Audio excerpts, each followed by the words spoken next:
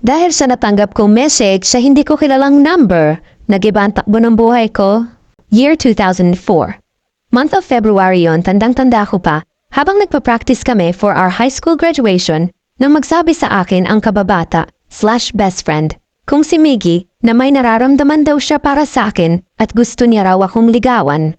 Ramdam ko naman na masigit pa sa best friend ang pinapakita sa akin ni Miggy kasi ganun din naman ang nararamdaman ko para sa kanya.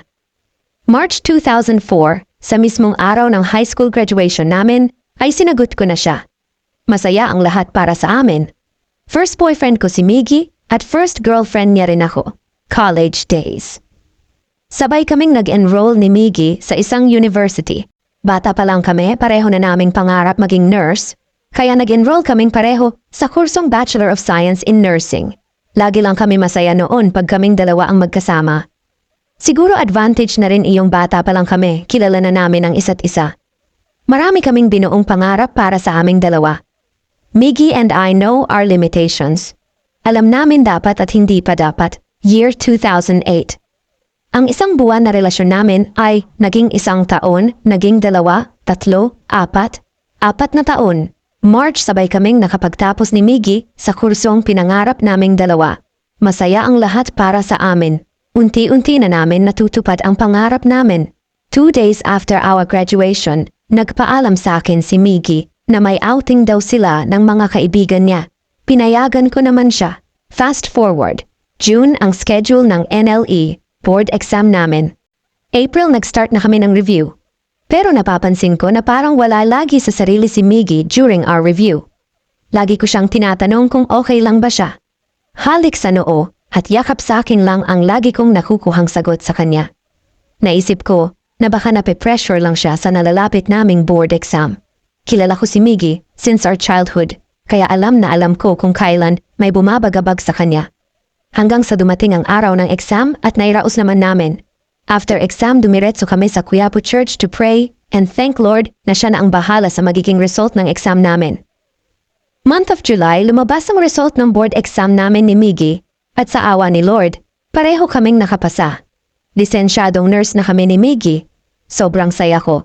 Pero ang saya ni Miggy, hindi kasing saya ng ine-expect ko na magiging reaction niya.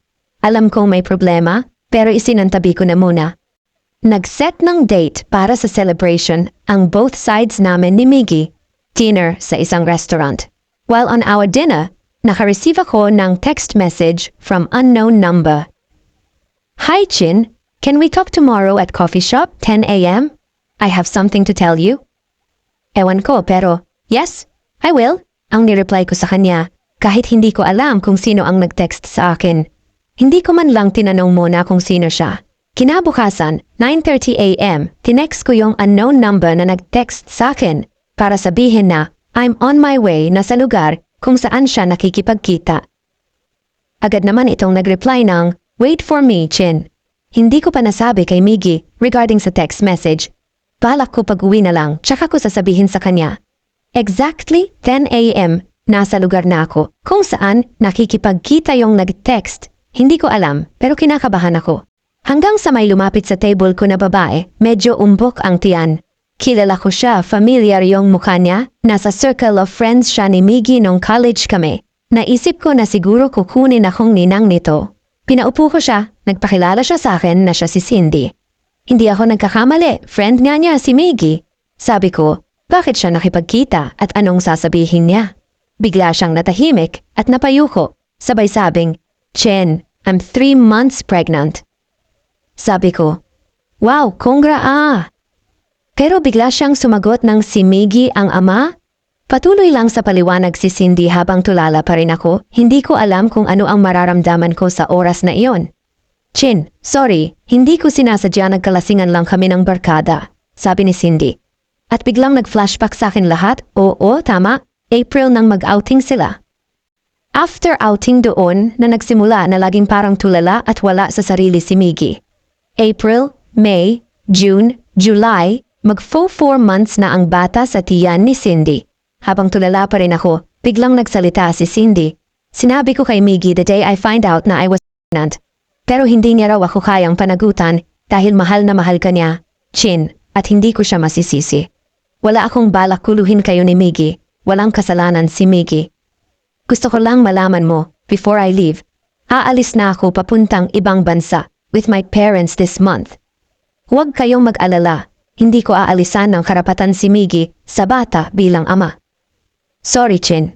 Kumayo na si Cindy at nagpaalam. Siguro 30 minutes akong naiwan, mag-isa, at tulala kasabay nang hindi ko mapigilan pagpatak ng aking mga luha. Para akong inoperahan ng walang anesthesia. Hindi ko alam kung paano papaliwanag iyong na nararamdaman ko sa oras na yon. Mas masakit pa sa salitang masakit. Agad kong tinawagan si Miggy para sabihin na kailangan namin magkita. Kailangan ko siya makausap para mas malinawan ako sa kung ano ang nangyayari. Pagkakita pa lang sa akin ni Miggy na umiiyak ako, alam kong alam na niya na may alam na ako. Bigla siyang lumuhod sa harap ako at niyakap ang binti ko habang umiiyak. Masigit akong nasaktan sa sinabi niyang, "Sorry love, hindi ko sinasadya." Dahil doon ko napatunayan na totoo lahat ng sinabi sa akin ni Cindy kanina. Mas triple ang sakit na nararamdaman ko sa oras na yon. Hindi na ako nakapagsalita. Ang gusto ko lang umiyak ng umiyak. Kahit sobrang sakit, kailangan kong magdesisyon sa oras na yon. Kaya sinabi ko kay Miggy na kailangan niyang panagutan ang batang dinadala ni Cindy. Ayoko maging selfish. Turuan mo ang sarili mong mahalin si Cindy para sa bata. Mahal kita, Miggy. Mahal na mahal. Pero may batang pwedeng mawalan ng ama pag pinairal ko pagmamahal na nararamdaman ko sa'yo. Huwag mo akong alalahanin. Oo, kailangan kita pero mas higit na, kailangan ka ngayon ng magiging mag-ina mo. Huwag mo hayaan makaalis si Cindy. Puntahan mo siya please. Huwag kang mag-alala. Tutuparin ko lahat ng pangarap natin dalawa, kahit ako na lang mag-isa. Yan ang huling naging pag-uusap namin ni Miggy at huling pagkikita